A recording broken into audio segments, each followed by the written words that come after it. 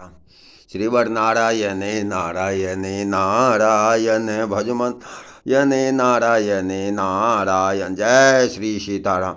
माघ मास के कृष्ण पक्ष की जो एकादशी होती है उसे खटतेला एकादशी कहते हैं। यह एकादशी इस बार 14 जनवरी दिन बुधवार को मनाया जाएगा। अपने घर में सुख संपत्ति दरिद्रता को नाश करने वाले सुख संपत्ति को लाने के लिए, पापों को समाप्त करने के लिए, अपने पूर्वजों को तृप्त करने के लिए एकादशी का व्रत अवश्य करें। यह खटतिला एकादशी है, यह व्रत अवश्य करना चाहिए। इसकी कथा इस प्रकार से है।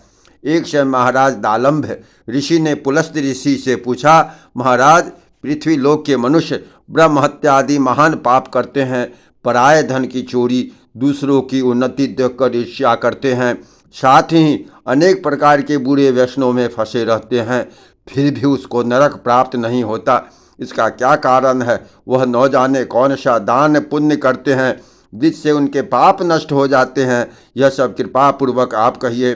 पुलस्त मुनि कहने लगे, हे महाभाग, आपने मुझसे अत्यंत गंभीर प्रश्न पूछा है। इसे संसार के जीवियों का अत्यंत भला होगा। इस भेद को ब्रह्मा, विष्णु, रुद्र और इंद्र आदि भी नहीं जानते, परंतु आपको यह गुप्त तत्व अवश्य बतलाऊंगा।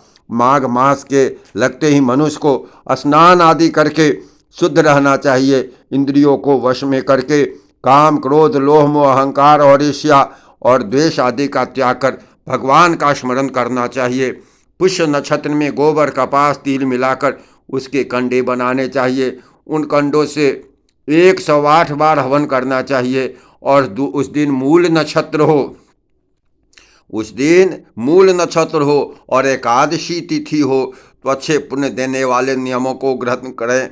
स्नान आदि नित्य क्रिया से निवृत्त होकर सब देवताओं के देव श्री भगवान नारायण का पूजन कर एकादशी का व्रत धारण करें। रात्रि को जागरण करना चाहिए। दूसरे दिन धूप, दीप, नैवेद्य आदि से भगवान का पूजन करके खिचड़ी का भोग लगावें। उसके बाद पेठा, नारियल, सीताफल या सुपारी सहित अर्घ्य दे स्तुति करनी चाहिए। हे भगवान, आप दीनों को शरण देने वाले हैं, इस संसार सागर में फंसे हुए का उद्धार करने वाले हैं। हे पुंडरीकाक्ष, हे विश्वभावन, हे सुब्रह्मण्य, हे पूर्वज, हे जगतपति, आप लक्ष्मी सहित इत्तिच्छ अर्घ्य को ग्रहण करें। उसके पश्चात जल से भरा हुआ घड़ा ब्राह्मण को दान करें। ब्राह्मण को श्याम गौ और तिल पात्र भी देना उत्तम है। तिल स्नान और भोजन दोनों ही श्रेष्ठ है। इस प्रकार जो मनुष्य जितने तिलों का दान करता है उतने ही 1000 वर्ष स्वर्ग में वास करता है। तिल स्नान, तिल का उपटन, तिल का हवन, तिल का तर्पण, तिल का भोजन और तिल का दान, ये 6 प्रकार के प्रयोग होने के कारण इस एकादशी को खटतिला एकादशी कहते हैं। इस व्रत के करने से अनेक प्रकार के पाप नष्ट हो जाते हैं। इतना कहकर पुलस्त ऋषि कहने लगे, अब मैं खटतिला एकादशी की कथा कहता हूँ, जरा ध्यान देकर सुनो। एक समय नारद जी ने भगवान श्री विष्णु महाराज से प्रश्न किया। भगवान ने जो खटतिला एकादशी का महात्म्य नारद जी से कहा सो मैं तुमसे कहता हूँ। नारद जी कहने लगे, भगवान, खटतिला एकादशी का क्या पुण्य होता है, इसकी क्या कथा है, सो मुझसे कहें। भगवान कहने लगे,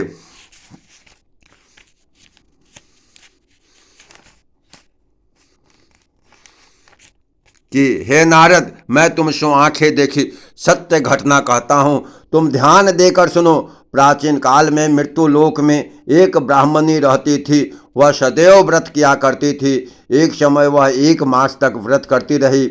उससे उसका शरीर अत्यंत दुर्बल हो गया। यद्यपि वह अत्यंत बुद्धिमान थी, तथापि उसने कभी देवताओं या ब्राह्मणों के निमित्त अन्न या धन का दान नहीं किया। इससे भगवान नारायण ने सोचा, जो यह ब्राह्मणी ने व्रत आदि से अपना शरीर तो शुद्ध कर लिया, अब इसको विष्णु लोक तो मिल जाएगा, परंतु इसे कभी अन्न दान नहीं किया, इससे इसकी तृप्ति होनी कठिन है। ऐसा सोचकर ब्राह्मण का एक भिखारी का वेश बनाकर भगवान नारायण मृत्यु लोक में उस ब्राह्मणी के पास गए और उससे भिक्षा मांगी। वह ब्राह्मणी बोली, महाराज, आप यहाँ किस लिए आए हैं? भगवान ने कहा मुझे भिक्षा चाहिए। उस पर उसने एक मिट्टी का ढेला भगवान के भिक्षा पात्र में डाल दिया। भगवान उसे लेकर स्वर्ग में लौट आए। कुछ समय पश्चात वह ब्राह्मणी भी अपना शरीर त्याग कर स्वर्ग में आ गई। उस ब्राह्मणी को मिट्टी का दान करने से स्वर्ग में सुंदर महल मिला, परंतु उसने अपने घर को अन्न आदि सब सामग्रियों से शून्य पाया। घबरा कर वह भगवान नारायण के पास आई और कहने लगी, भगवान, मैंने अनेकों व्रत आदि से आपकी पूजा की, परंतु फिर भी मेरा घर अन्न आदि सब वस्तुओं से शून्य है। इसका क्या कारण है? मैंने जो कहा कि पहले तुम अपने घर जाओ, देव स्त्रियां तुम्हें देखने आवेगी, पहले उनसे खटतिला एकादशी का पुण्य और विधि सुन लो, तब द्वार खोलना। भगवान के ऐसे वचन सुनकर वह अपने घर गई। जब देव स्त्रियां आई और द्वार खोलने के लिए कहा तो ब्राह्मणी बोली, आप मुझे देखने के लिए आई हैं तो खटतिला एकादशी का महात्म्य कहिए। उनमें से एक देव स्त्री कहने लगी, मैं कहती हूँ। जब ब्राह्मणी ने खटतिला एकादशी का महात्म्य सुना तो फिर उसने द्वार खोला। देवांगनाओं ने उसको साथ देखा।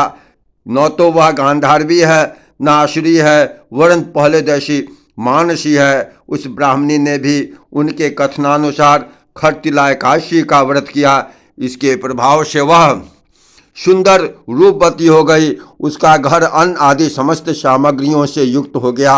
अतः मनुष्य को मूर्खता और कंजूसी त्याग कर खटतिला एकादशी का व्रत और लोभ न करके तिल आदि का दान अवश्य करना चाहिए। इससे दुर्भाग्य, दरिद्रता और अनेक प्रकार के कष्ट दूर होकर उसको मोक्ष की प्राप्ति होती है। प्रेम से बोलिए एकादशी महात्म्य की जय। श्रीवर नारायण नारायण नारायण।